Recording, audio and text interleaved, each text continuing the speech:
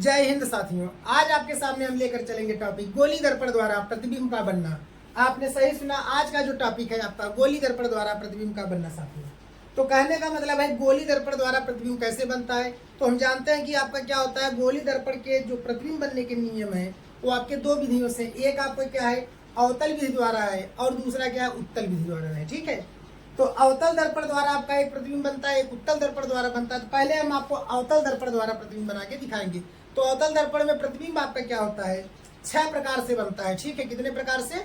6 प्रकार से आपका प्रतिबिंब बनता है। तो पहला आपका हो जाए जब वस्तु का क्या हो अनंत पर स्थित हो, तो इसका प्रतिबिंब कैसे बनेगा। तो ध्यान दीजिए, जब वस्तु अनंत पर स्थित होगा तो हम जानते हैं कि क्या होगा, एक किरण आपका चलेगा, इसको हम कहेंगे आपका क्या है, आपका मुख्य अक्ष है। ये आपका एफ हो गया, ये आपका सी हो गया। ठीक है, ये आपका दर्पण हो गया। अब इसके बाद क्या हो गया, जब आपका वस्तु कहां पर स्थित है, अनंत पर। तो अनंत से जब प्रकाश की किरणें सभी चलेंगे तो हमने आपको किरण आरेख खींचने के नियम में हमने आपको बताया था, अगर कोई किरण मुख्य अक्ष के समांतर चलती है, कोई भी किरण मुख्य अक्ष के समांतर चलती है तो परावर्तन के पश्चात मुख्य फोकस से होकर जाती है। तो इसलिए ये सभी क्या होंगे मेरे प्यारे साथियों, मुख्य फोकस से होकर चले जाएंगे। तो यह अनंत का जो प्रतिबिंब होगा वह कहां पर बन जाएगा, फोकस पर बन जाएगा। कहां पर बनेगा, फोकस पर बन जाएगा। बात समझ गए। अब इसकी प्रकृति क्या हो जाएगी, प्रकृति हो जाएगा जब भी आपका अवतल दर्पण द्वारा प्रतिबिंब बनेगा और यह क्या है एक दूसरे को क्या है काटते हुए जा रही, मतलब मुख्य फोकस से होकर जा रही, इसलिए इसका जो प्रकृति होगा वास्तविक होगा। क्या होगा, वास्तविक होगा। और क्या होगा, उल्टा होगा। वास्तविक होगा, उल्टा होगा। हमारा वस्तु यहाँ पर इतना बड़ा रहेगा तो इसका जो प्रतिबिंब बनेगा फोकस पर बनेगा बहुत छोटा। वास्तविक होगा, उल्टा होगा, फोकस पर बनेगा। कहां पर बनेगा, फोकस पर बनेगा। कहां पर बनेगा, फोकस पर बनेगा। और कितना बड़ा बनेगा, उसकी आकार क्या होगा, साइज उसका क्या होगा, बिंदु के रूप में। पॉइंट है, बिंदु के रूप में, बिंदु के रूप में। कहने का मतलब समझ गए साथियों कि जब आपका क्या होगा वस्तु कहां पर होगा, अनंत पर होगा। ठीक है, तो उसकी प्रकृति क्या होगी, वास्तविक होगा, उल्टा होगा, फोकस पर बनेगा और कैसा बनेगा, बिंदु के रूप में बनेगा, मतलब बहुत ही छोटा बनेगा। ठीक है, अब चलते हैं अगले टॉपिक की तरफ।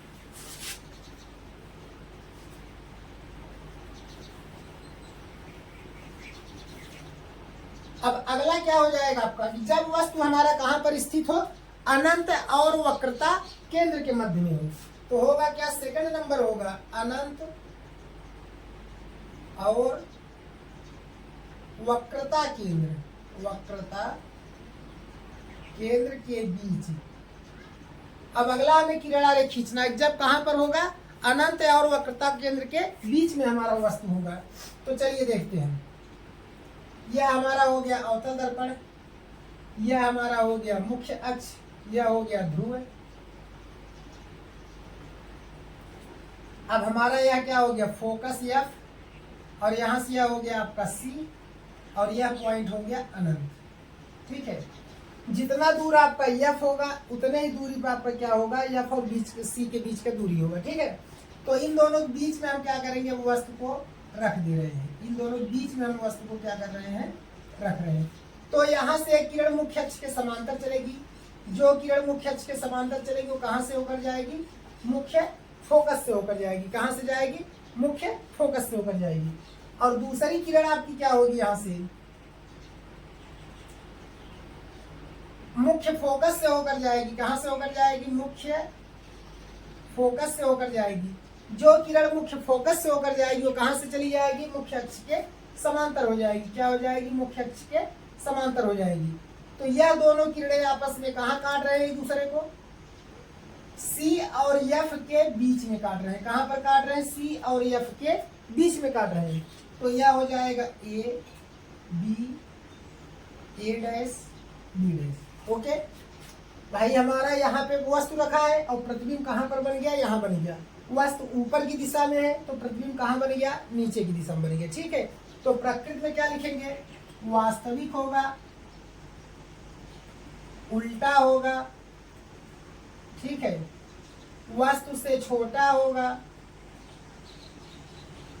वस्तु से छोटा होगा। और कहाँ बनेगा, इस सी तथा एफ के बीच में, सी तथा एफ के बीच में।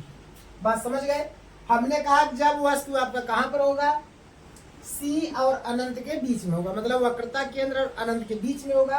बीच वाले का प्रतिबिंब कहां बनेगा, बीच पर बनेगा।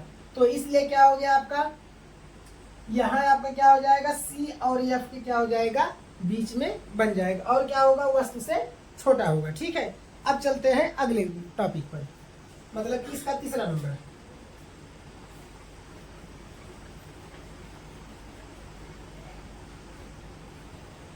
अब तीसरा क्या कहेगा, जब वस्तु कहां पर स्थित हो, वक्रता केंद्र पर स्थित हो। तीसरा टॉपिक हो जाएगा जब वस्तु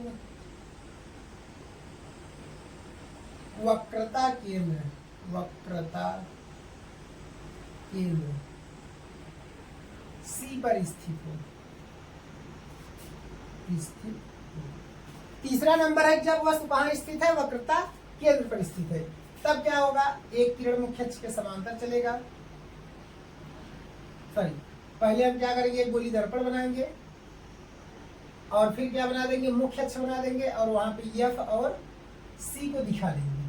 ठीक है, यह सी हो गया, यह आपका अनंत है। अब वस्तु को हम कहाँ रख देंगे, वक्रता केंद्र पे रख देंगे। तो वक्रता केंद्र पे रखेंगे तो यहां से आपका मुख्य अक्ष के समांतर चलेगा, तो यह टकरा कर कहां से होकर चला जाएगा, मुख्य फोकस से चला जाएगा।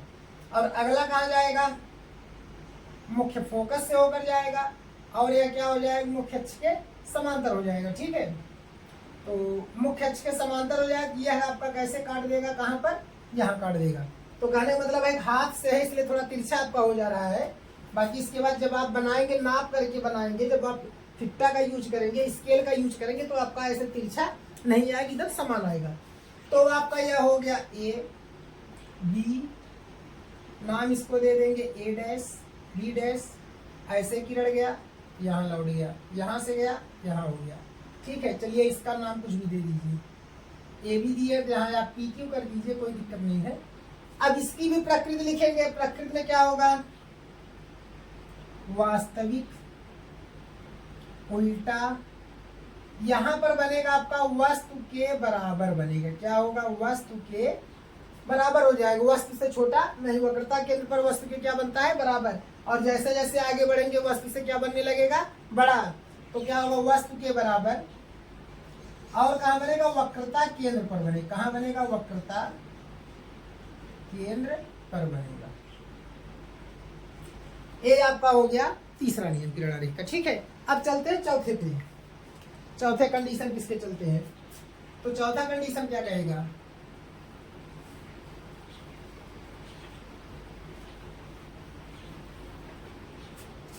चलिए चौथा कंडीशन क्या हो जाएगा कि जब वस्तु वक्रता केंद्र सी तथा फोकस एफ के बीच हो, तो कहने का मतलब है हमेशा बीच वाला बीच में बनता है और आपके जो केंद्र पे होते हैं या फोकस पे होते हैं तो उसी हिसाब से बनते हैं। तो होगा क्या कंडीशन, चलिए हम पहले एक अवतल दर्पण बनाते हैं, इसको कलई कर देते हैं और मुख्य अक्ष बनाते हैं पी एफ सी। अब इन दोनों के बीच में हमारा वस्तु है, तो यहाँ पे अब एक किरण मुख्य अक्ष के समांतर चलेगा, जो परावर्तन पश्चात क्या होगा, मुख्य फोकस से होकर चला जाएगा। ठीक है, और अगला किरण मुख्य फोकस से होकर जाएगा। ठीक है, जो आपका क्या होगा, यहाँ पे थोड़ा तिरछा हो गया, इसको करेक्शन कर देते हैं, यह आपका ऐसे होगा और यह ऐसे होगा। ठीक है, अब अगला क्या होगा, मुख्य अक्ष के सॉरी मुख्य फोकस से होकर गया, तो मुख्य फोकस से जो जाता है वो क्या हो जाता है, मुख्य अक्ष के समांतर हो जाता है। तो आपका कहाँ काट देगा, अनंत और वक्रता केंद्र के बीच में, यह आपका हो गया अनंत। तो नाम इसका दे देंगे A B, A dash B dash, ठीक है। तो चित्र आपका हो गया, इसका नाम यहाँ दे दीजिए पी है ही, चलिए नाम कुछ भी दे देते हैं क्यू आर। अब ध्यान से देखिए, कहने का मतलब है जब हम सी और एफ के बीच में रखे तो बना कहाँ, अनंत और सी के बीच में। जब हम अनंत और सी के बीच में रखे थे तो बना कहाँ था, सी और एफ के मध्य में। कहने मतलब है कि मध्य वाला मध्य का बनेगा, इसका उल्टा उसमें, उसका उल्टा इसमें बनेगा, ठीक है। तो क्या हो जाएगा इसकी प्रकृति, वास्तविक, वास्तविक उल्टा, वस्तु से बड़ा, वस्तु से बड़ा। और कहाँ बनेगा, अनंत तथा सी के मध्य में, मतलब वक्रता केंद्र के मध्य में। वास्तविक होगा, उल्टा होगा, वस्तु से बड़ा होगा, अनंत तथा वक्रता केंद्र के मध्य में होगा, ठीक है। चलते हैं अगले की तरफ।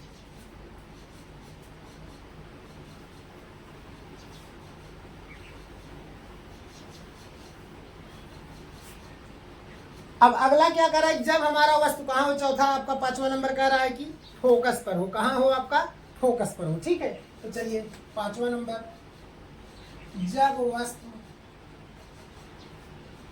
फोकस पर स्थित है, फोकस पर स्थित हो। अब कह रहा है जब वस्तु फोकस पर हो, फोकस पर हो तो क्या हो जाएगा, यह आपका किरण हो गया, मुख्य अक्ष हो गया, सॉरी यहाँ आपका ध्रुव फोकस हो गया, वक्रता केंद्र हो गया, ध्रुव आपका यहाँ है। अब हमारा क्या है, यहाँ पर है, ठीक है। किस पर है, फोकस पर रखा है। जब फोकस पर रखा है तो हम जानते हैं एक किरण मुख्य अक्ष के समांतर चलेगा, तो क्या हो जाएगा, मुख्य फोकस से होकर निकल जाएगा। अगला किरण क्या होगा, वक्रता केंद्र से जाएगा। हम जानते हैं वक्रता केंद्र से जाने वाला क्या होता है, परावर्तन के पश्चात अपने मार्ग पर सीधे लौट जाती है, इसलिए यह आपका क्या होगा, सीधे लौट जाएगा, यह आपका अनंत है। तो चलिए इसका नाम दे देते हैं यस, यहाँ कर देते हैं टी, ए हो गया, बी हो गया, ए डैश बी डैश कहाँ बनेगा, अनंत पर बनेगा। तो कहने का मतलब जब हमने अनंत पे रखा था, फोकस पर बन गया, अब फोकस पर रखे हैं तो कहाँ बनेगा, अनंत पर कहीं पर भी बन जाएगा। तो प्रकृत हो जाएगा वास्तविक उल्टा, वस्तु से बहुत बड़ा, बहुत बड़ा, अनंत पर, अनंत पर, ठीक है। वस्तु से बहुत बड़ा और कहाँ बनेगा, अनंत पर बनेगा, ठीक है। अब इसके बाद चलते हैं 6वें कंडीशन की तरफ।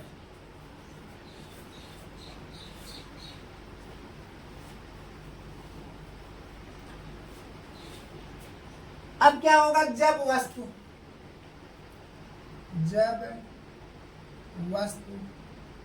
एफ तथा पी के मध्य हो, पी के मध्य हो, एफ माने फोकस, पी माने ध्रुव, ठीक है, इन दोनों के बीच में मध्य में हो, तो क्या होगा आपका एक किरण हम सॉरी दर्पण पहले खींच देते हैं, गोली मतलब अवतल दर्पण, इसको हम आगे की तरफ भी बढ़ा देते हैं।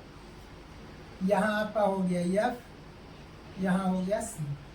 अब इन दोनों के बीच में एक किरण आपका ऐसे मतलब सॉरी वस्तु को रखा, तो यह क्या होगा, मुख्य अक्ष के समांतर यहाँ से चलेगा, तो कहाँ से होकर जाएगा, मुख्य फोकस से होकर जाएगा। और अगला क्या हो जाएगा, ये आपका दर्पण के ध्रुव से टकराएगा, तो यहाँ से लौट जाएगा। बात समझ गए। तो जो आपका मुख्य अक्ष के समांतर था, मुख्य फोकस से दर्पण से टकरा, उतने ही कोण पर क्या होगा, वो लौट जाएगा। इन दोनों को आगे की तरफ हम बढ़ाएंगे डार्ट लाइन से। जब डार्ट लाइन से बढ़ाएंगे तो यह क्या होगा, यहाँ पर बन जाएगा वस्तु, कहाँ बनेगा, यहाँ पर। इसका नाम दे देंगे A B, A dash B dash. चित्र आप इसमें देख रहे हैं, वस्तु से बड़ा बना है लेकिन डार्ट लाइन द्वारा बना है, मतलब इसका जब सीधा बनता है तो वह प्रतिबिंब होता है आभासी। क्या होता है, आभासी। तो लिखेंगे प्रकृति में क्या, आभासी। वहां उल्टा था, यहाँ सीधा बनेगा, आभासी का मान सीधा, वस्तु से बड़ा, वस्तु से बड़ा। और कहाँ बनेगा?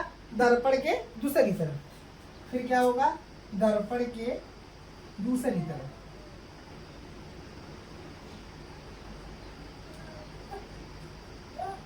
दर्पण के दूसरी तरफ। बात समझ गए? अब इसके बाद साथियों अभी आपका क्या है कि दो और टॉपिक है। अब क्या होगा? उत्तल दर्पण द्वारा प्रतिबिंब का बनना। इसमें भी क्या होगा? जब वस्तु आपका कहाँ हो? अनंत पर स्थित हो।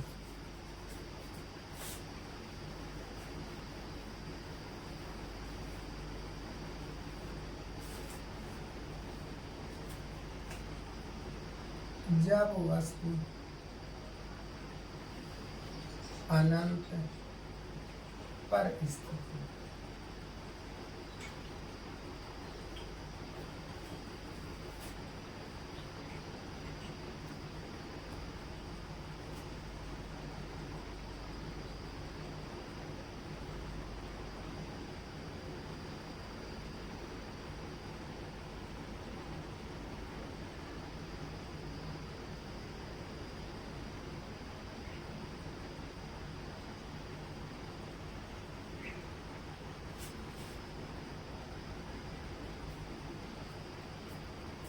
अब देखिए यह हो गया आपका उत्तल दर्पण द्वारा प्रतिबिंब का बनना। और इसमें क्या करा है? जब वस्तु कहां पर स्थित हो? अनंत पर हो। सेम वही बनेगा जो अवतल दर्पण के अनंत पर बना था, बस अंतर इतना होगा वहां पर वास्तविक था, यहाँ पर आभासी होगा। वहां पर उल्टा था, यहाँ पर सीधा होगा। बस तो होगा क्या? आभासी कामा सीधा, वस्तु से बहुत छोटा,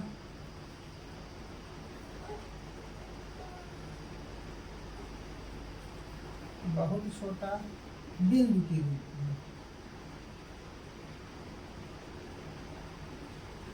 में। अब इसका एक कंडीशन और बनेगा साथियों, जब वस्तु कहाँ हो? अनंत और आपका ध्रुव के बीच में हो। तो चलिए लास्ट इसका कंडीशन हो जाएगा।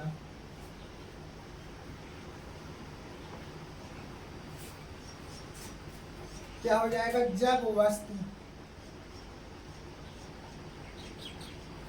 अनंत और ध्रुव के मध्य में हो। तो यह आपका हो गया